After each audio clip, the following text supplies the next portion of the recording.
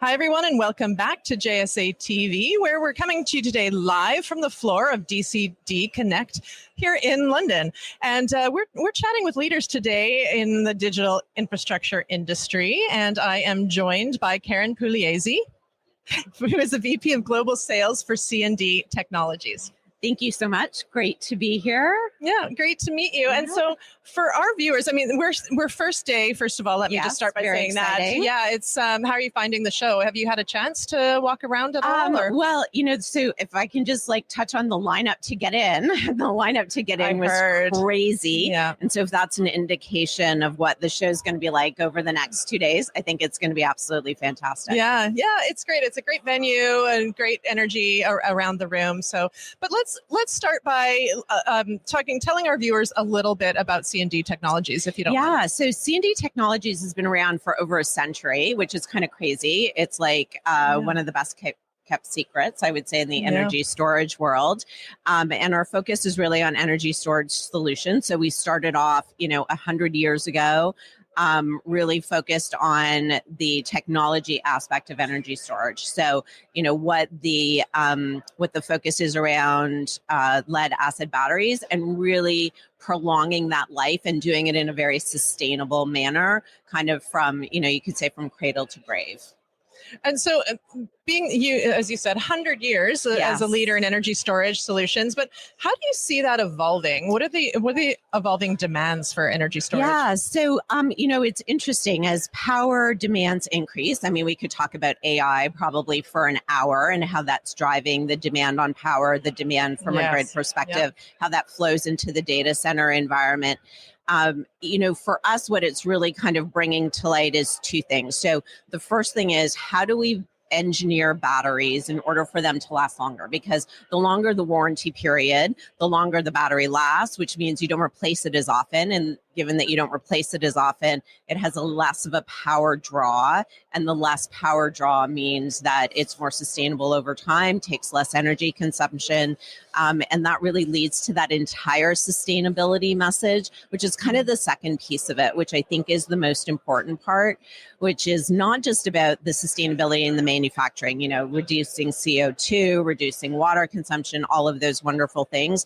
But how do you make that, and I'll use the word asset in your infrastructure, last as long as it possibly can, so that you're not replacing it, every 2 years or 3 years, that you're taking advantage of an 8-year warranty as an example.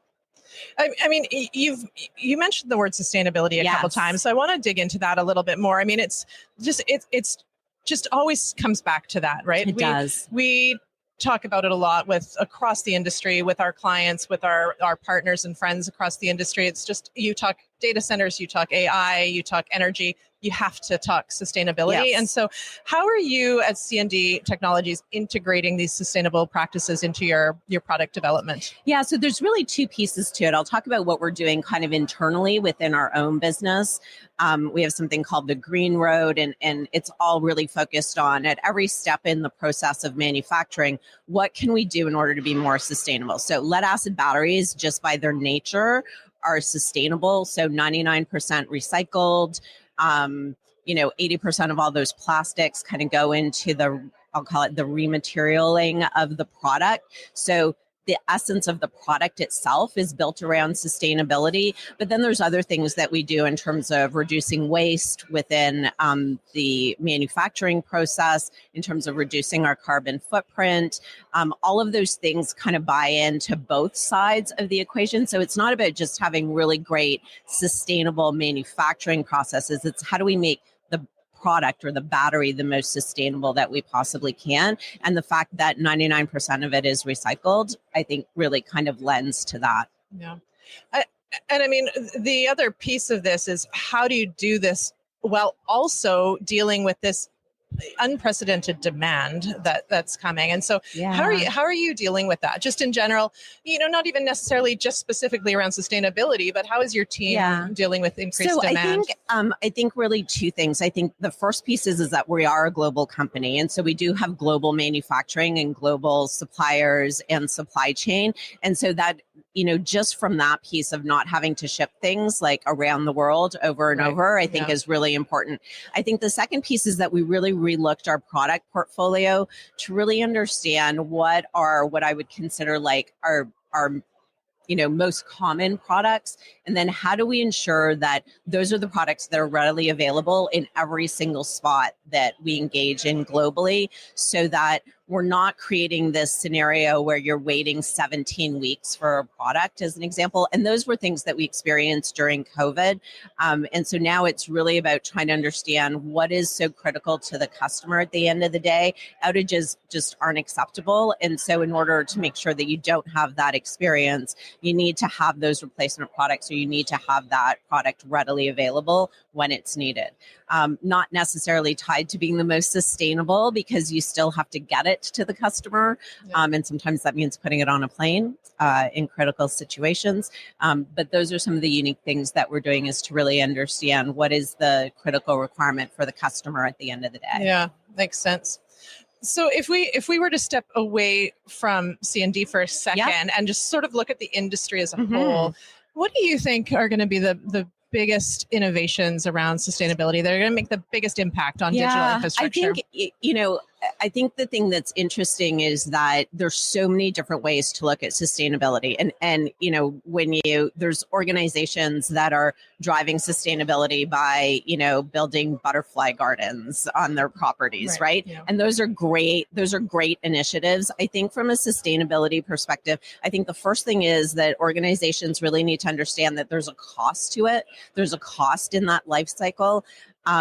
And that's really going to be driven by us looking, and this is the entire industry, not specifically C&D, the entire industry looking at the products that they've got today and the products that they're developing, and then how do they engineer sustainability into that product right from the start. I think a lot of times we're engineering things in like, let's have it run at a higher temperature. Let's have it, increased cycles. Let's look at, ways that make it more efficient. But that's not always the most sustainable solution. And so I think that just like, we've always kind of integrated the aspect of like, how do we make it better, faster, cheaper? I think we need to add a fourth, which is how do we make it more sustainable? 100%. Yeah. Any final words you want to share? I mean, I think that, Well, ahead. One, so excited to be here. I think that this is going to be an absolutely fantastic show. Looking forward to connecting with folks. We do have a speaking slot tomorrow. And so looking forward to meeting a bunch of new people and making this another great DCD event. Yeah, fantastic. It's been a pleasure. Great meeting you. Yeah, great meeting you as well. Thank you. Thank you for joining us. And thank you to our viewers for tuning in today to JSA TV, where we're coming to you today live from the floor of DCD Connect in London. Until next time.